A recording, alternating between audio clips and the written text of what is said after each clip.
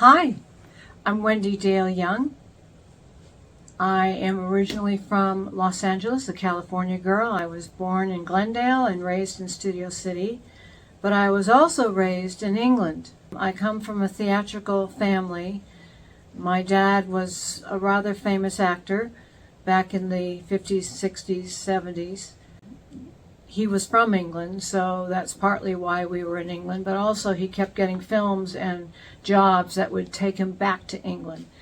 And several movies he did, Tom Thumb, The Time Machine, just to name a few. There's a bunch of them.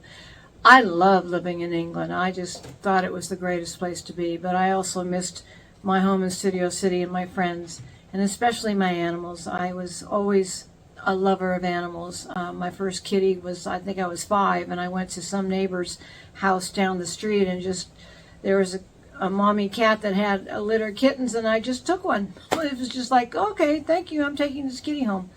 Also, my mom and dad they had standard poodles, so we had a parakeet named Chi-Chi. That parakeet lived a long time too. He was found out on the front of my dad's car. At first he thought it was an emblem, like he had a Jaguar and an emblem, but it was a little parakeet that was exhausted. So he picked him up and brought him into the house, so we raised him.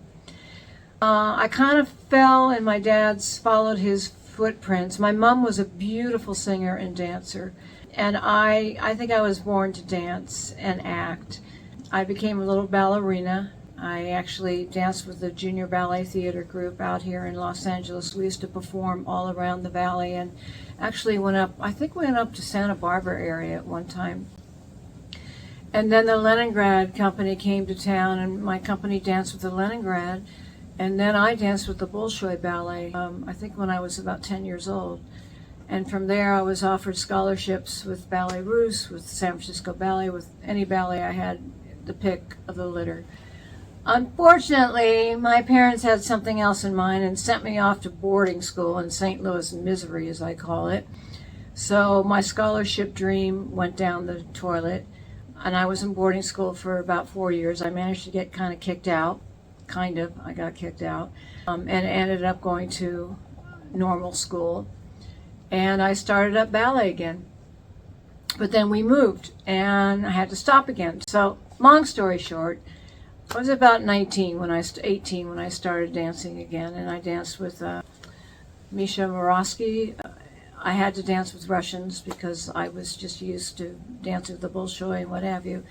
So I did that, and I went to New York hoping to go to the Joffrey Ballet, but I ended up going into musical theater. There was something about musical theater. I saw Pippin, my first Broadway show on Broadway, and I fell in love with Bob Fosse. I fell in love with jazz dancing. I thought that was the greatest. I managed to do quite a few musicals. I did Broadway. I ended up being the assistant choreographer and director to a few shows. I went to England when I was 22 to stage a show in the West End and fell in love with England all over again, made some really good friends. When the show closed on Broadway, I went back to England and lived there, and I was acting. I was doing television and film, cabaret. And then, when I was about 26, I had physical illness that went undetected for years, and it pretty much stopped my career. I had to quit, which was a huge shock, and I was devastated, but I had to go with what life was offering me. So I tried to make the most of it and the best of it, and I did a lot of different things, like real estate, thinking I could study from bed and maybe I can get up on the good days and go to work. But that was later. That's when I started writing. Obviously, when you're home a lot and laying around, you write, and writing my feelings. And I wrote my first song when I was, I think, 16. I wrote a song. I used to play the guitar, so I would sing these little songs with the guitar. And then later on, in the 80s, my dad introduced me to, my dad's name was Alan Young, by the way, for those of you that were raised in the 60s or even the 80s. I think Mr. Ed, the Talking Horse, was a very popular show, and they kept doing reruns of it. So I think there's a few generations that know that show. And also he did Beverly Hills Cop 3. He was Uncle Dave. A lot of people know him just as Uncle Dave. It's really funny. Scrooge McDuck. He was Scrooge McDuck. But anyway, that was my dad. And we were very close. My mom, dad, and I were all very, very close. We were best of friends. And my friends were Daddy's friends, and Daddy's friends were my friends. And he had made a friend with a couple that lived behind him in a house. And Daddy told me, oh, he used to be with Motown. He's a songwriter, producer, wonderful guy. You got to meet him. So he introduced me to Michael B. Sutton. And we just hit it off. And Michael heard a couple of my songs that I had written on my own. He liked them. And he said, well, do you want to try writing with me? And I said, sure. So from there, we wrote. We wrote and wrote and wrote. We have a few title songs in movies, Roger Corman film, a few other films. And that really took me out of I feel like I was I was depressed. I'm not being well. You are depressed because you really can't do much. You can't be as social as you'd like to. You didn't. My career, like I said, went down the tubes. So this writing gave me an outlet, and it just helped me so much, and it uplifted me to the point where eventually I thought of a musical. I was actually asked to restage a musical that I'd done years ago, and in the rehearsal hall there was this huge picture of myself with my dancing partner. His name was Larry. And it was a ballroom dance, and I just looked at that photo and just saw this whole musical unfold in front of my eyes. So I started it, and that was back in 2002. It's taken several years for me to get to where now I am actually raising funds for it. If you're interested, I am on, you can look at me on wendydaleyoung.com, Wendy Dale Young on YouTube, and I'm also on a GoFundMe page currently raising money to put Love Larry up as a stage reading and to promote the show as much as possible. It's a true story that happened to me. I fell in love with a bisexual man. He fell in love with me. We had a lot of problems that came up. It was a very tumultuous time in history, set against the backdrop of John Lennon's tragic death in 1980. Larry contracted had cancer, and he did pass away. But it's not depressing. The musical is uplifting. It's beautiful. It's all about hope and about love and about dealing with emotions, dealing with people. Everybody has their story, and it's uplifting, and the music is beautiful. So let me go back to, I also am an author. I wrote a book. As I said, I love animals. I had a horse as a child. I had dogs. I had cats. I had birds. I had a little dog named Liberty Pearl. I got her in 2004. She was Saddam Hussein's dog. We believe it was one of the daughter's dogs.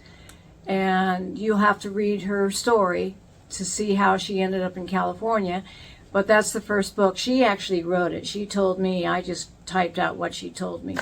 So that book you can find on Amazon. It's called Behind the Eyes of Liberty Pearl by Wendy Dale Young. Again, Behind the Eyes of Liberty Pearl. She just passed away a few months ago. She was 20 years old. Nobody thought she'd live past a year or two. But I think with love, with healing, I had a Gordon Setter at the time that helped her become a dog. She had a wonderful, full life. So that I am very grateful for. I now have one dog named Willow. She is my pride and joy. She's a sweetheart. And that takes me to, I have just written a new song with Michael. I am now with Michael. We're actually working on my first EP. I came out with a beautiful cover song of The Look of Love. The Sound of LA is Michael B. Sutton's company. He produced it, and it came out about, wow, gosh, 2 months ago. And you can find that on YouTube as well, Wendy Dale Young, The Look of Love, and on my website, wendydaleyoung.com. So from there, we were thinking, what could we write? Let's write some new songs. And Michael knows how much I love my animals. And he was like, okay, I have this great groove. I have this wonderful music. Why don't you listen to it and see if we could come up with something? And I heard it and I went, wow, this is great. And I said, you know what? Animals are all about unconditional love. And Michael went, that's the title, Unconditional Love. So from there we wrote Unconditional Love. And that song should be coming out, we're hoping, in a couple more weeks for summertime. So what inspired me to write this song, Unconditional Love? Again, I repeat, my animals. I am so in love with my animals. I have 6 cats right now. I've had my Savannah, my first dog, Gordon Setter. I had little Chewy. I had little Liberty Pearl, who I mentioned. And now I have Willow. And I had to write a tribute to these beautiful beings, these animals that we have. And I know so many people out there, you people love your animals and your dogs and your cats. So I really wanted to make a beautiful tribute to all these beautiful animals out there. And I'm always wanting to save more and more. I am a rescue person. I have rescued so many animals and have found homes for them. So that's what inspired me to write Unconditional Love.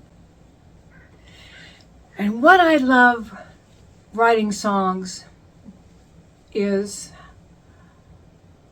the passion I feel. The passion, well, the animal, obviously, there's a lot of passion there to write about them.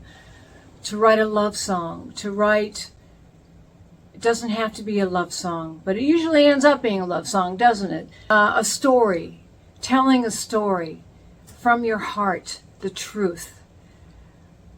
To be brave enough to reveal your feelings and how you feel about something. To be really honest.